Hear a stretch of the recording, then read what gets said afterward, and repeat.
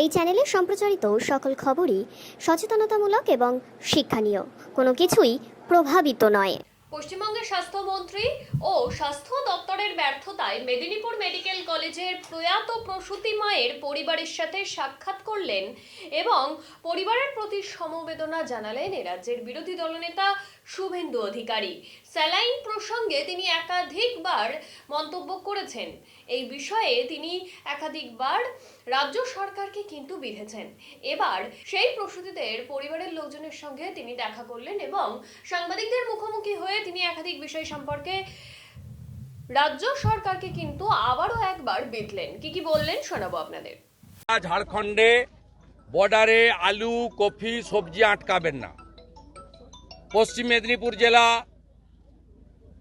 বাঁকুড়া জেলা, হুগলি জেলার গোঘাট, খানাকুল, পুরসুরা, আরামবাগ পাট এবং আমাদের এই যে জোন একেবারে চন্দ্রকোনা রোড থেকে গোয়ালতোড়, লালগড়, চন্দ্রকোনা রোড হয়ে সোনামুখী পুরো এই যে বিষ্ণুপুর জোন লালগড় পর্যন্ত, এই কেশপুর, এই জোনের যে আলু, এই আলু কলকাতায় যায় না।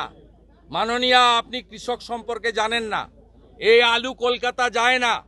কলকাতাতে আপনার হুগলির একটা পাট এবং বর্ধমান ওই চত্বরের আলু আসে। আপনি এই আলুকে আটকাবেন না। আলু চাষিরা সর্বশান্ত হয়ে গেছে। হিমঘরে 31শে ডিসেম্বরের মধ্যে ব্যাংকের লোন শোধ করার কথা, কেউ শোধ করতে পারেনি। সবার লোন এনপিএ হয়ে গেছে এবং এই গড়বেতা বাজার বলুন, চন্দ্রকোনা রোড বাজার বলুন, বাঁকাদহ বলুন, 1 টাকা 1.5 টাকাতে কফি গড়াগড়ি খাচ্ছে। আমি এক্ষুনি একটা ফুলকপির ক্ষেত দেখে এলাম, 2000-এর বেশি কফি আছে যেগুলো তোলার মতো তুলছে না, অনাদরে পড়ে আছে, গরু ছেড়ে দিয়েছে। আমি চোখের সামনে দেখলাম, এই সামনেই 1 কিলোমিটার দূরে। আমি সরকারকে অনুরোধ করব, ঝাড়খণ্ড বর্ডারের যে ব্যারিকেড করে রেখেছেন তুলে নেন। আপনার যদি বিরোধী দলনেতার কথা বিশ্বাস না হয়, আপনি এখানকার কৃষকদের সঙ্গে কথা বলুন, যাদের অনেকেই আপনাদের ভোট দিয়েছে।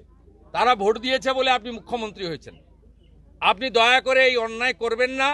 এবং আমি যেহেতু গাঁয়ের ছেলে, কৃষকদের সঙ্গে আমার সম্পর্ক আছে, আমার নিজেরই খেতি জমি আছে মাধব সাংকিবাড় মৌজা, ভবানীচক এগরাতে।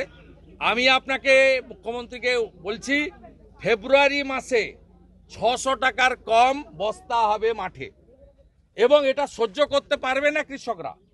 তারা কেউ এবারে কৃষি ঋণও শোধ করতে পারবে না, নিজেরাও ঘরে সার জলের পয়সা তুলতে পারবে না। কৃষকদের সর্বনাশ হবে। কৃষকদের মধ্যে বিজেপিও আছে, আপনার দলের লোকও আছে। তারা ভোট দিয়েছে বলে আপনি মুখ্যমন্ত্রী হয়েছেন। দয়া করে এই ক্ষতিটা করবেন না। আমি বিরোধী দলনেতা হিসেবে আপনাকে অনুরোধ করছি।